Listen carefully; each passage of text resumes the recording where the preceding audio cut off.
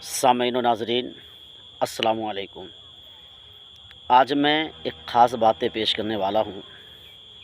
वो ख़ास बातें ये है जी कि औरत का रुतबा, औरत कितनी अच्छी और अज़ीम चीज़ है कि जब वो इस दुनिया में अल्लाह तबारक व तआला की जानिब से आती है तो रहमत बन के आती है, और जब वो इस दुनिया से जाती है तो जन्नत बन के जाती है। ये कितनी अच्छी चीज़ है।